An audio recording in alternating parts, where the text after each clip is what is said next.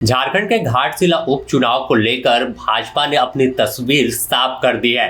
किसे उम्मीदवार बनाया गया, इसकी आधिकारिक घोषणा कर दी गई है। राष्ट्रीय महासचिव और मुख्यालय प्रभारी अरुण सिंह ने टिकट किसे दिया, इसका पत्र जारी कर दिया है। जी हां, झारखंड विधानसभा के घाटशिला उपचुनाव को लेकर भाजपा ने घाटशिला एसटी जो रिजर्व सीट है वहां से चंपाई सोरेन के बेटे बाबूलाल सोरेन पर आधिकारिक मुहर लगा दी है।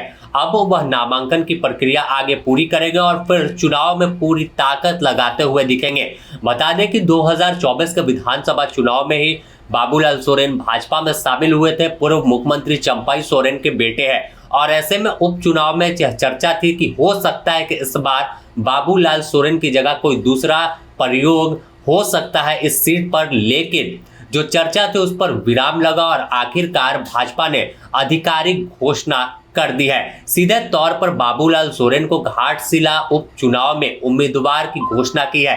घाटशिला के साथ ही अलग अलग जम्मू कश्मीर की बात करें, उड़ीसा की बात करें, तेलंगाना की बात करें तो तमाम जगहों पर अपने उम्मीदवार का ऐलान बुधवार की दोपहर 12 बजे भाजपा ने कर दिया है और सीधे तौर पर अब चुनाव को लेकर पूरी तरह से संगठन और बाबूलाल सोरेन रेस दिखेगा।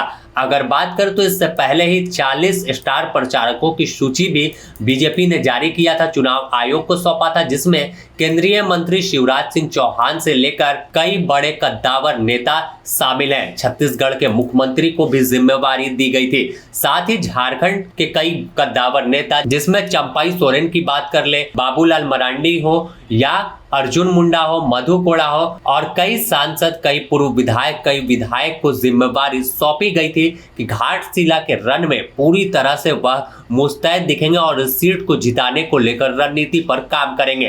इसके जैसे ही आदेश आया उसके बाद से घाटशिला भाजपा के तमाम नेता पहुंच गए और डोर टू डोर कैंपेन कर रहे हैं। सभी को अलग अलग बूथ की जिम्मेवारी सौंपी गई है। 40 आप समझ सकते हैं कि 40 जब स्टार प्रचारक हैं और उसमें से 30 के आसपास झारखंड के, तो तमाम लोगों को प्रखंडवार, बूथवार, पंचायतवार जिम्मेवारी जो प्रदेश नेतृत्व है उसने सौंपा है कि कैसे आप घाटशिला को जिताएंगे और जो इनकी रणनीति है उस पर कैसे काम करेंगे। सरकार के खिलाफ जो आलोचना हो रही है उसे कैसे जनता तक भुनाने का काम करेंगे। तो इसे लेकर तमाम स्टार प्रचारक का दौरा भी लगातार हो रहा है। साथ ही संगठन को उधार देने को लेकर लगातार काम किया जा रहा है। बाबूलाल मरांडी से लेकर भानु प्रताप शाही और कई बड़े नेता वहीं कैंप कर बैठे हुए हैं और किसी तरह से भाजपा का झंडा इस सीट पर बुलंद करे, इस दिशा में आगे बढ़ रहे हैं। अगर बात करें विधानसभा के उपचुनाव की, तो तत्कालीन जो यहाँ से विधायक थे रामदास सोरेन, उनके मृत्यु के बाद यह सीट खाली हो गई थी और बिहार विधानसभा चुनाव के साथ ही चुनाव आयोग ने सीट पर उपचुनाव करने की घोषणा कर दी। अधिसूचना जारी होते ही तमाम पार्टी रेस हुई। दूसरी ओर घाटशिला पर झारखंड मुक्ति मोर्चा से सोमेश सोरेन उम्मीदवार हो सकते हैं, इस पर भी देर शाम तक मुहर लग सकती है। लेकिन झारखंड मुक्ति मोर्चा से पहले भाजपा ने अपना पत्ता खोल दिया है और बाबूलाल सोरेन को उम्मीदवार बना दिया है।